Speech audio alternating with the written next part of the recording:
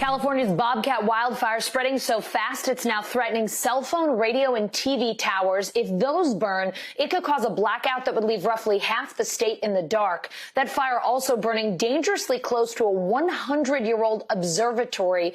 NBC News correspondent Steve Patterson shows us what they're doing to preserve that piece of history.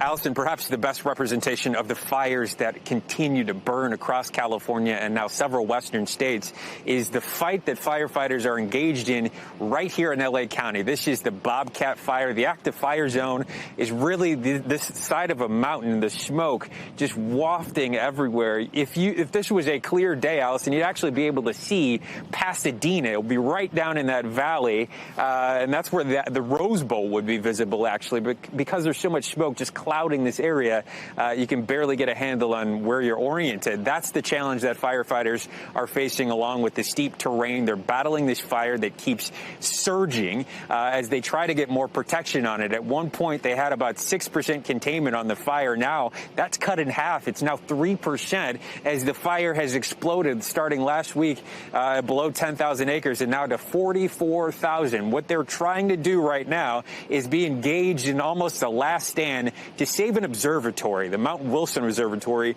right up the road here. The fire right up against it at this point. That is a more than 100-year-old observatory. It is historic because of the incredible telescopes that are there, about 18 historic telescopes. One of them was used by Edwin Hubble to really discover that the universe was still expanding. Einstein had a stint here as well. So obviously a very historical location that they're trying to save. But there's also a lot of infrastructure. You can see the cell towers behind me. There are cell towers, radio towers, television transmission towers that are all threatened by this fire as well. Were the fire to spread over the mountaintop and take some of that equipment, it would cause a communications blackout in this area of Southern California, which would further affect the firefight. So that is why firefighters are so concentrated on the mountainside here as they're dealing, as with everybody, with this incredible air quality, which has just plummeted, not only here, but in cities across California.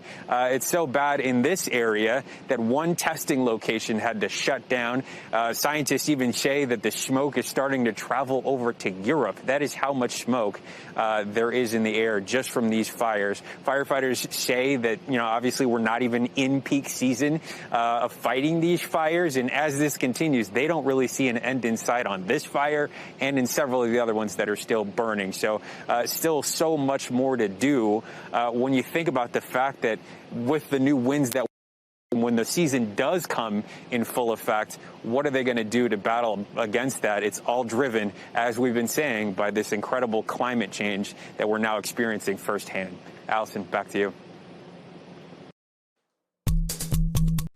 Hey, NBC News viewers, thanks for checking out our YouTube channel. Subscribe by clicking on that button down here and click on any of the videos over here to watch the latest interviews, show highlights, and digital exclusives. Thanks for watching.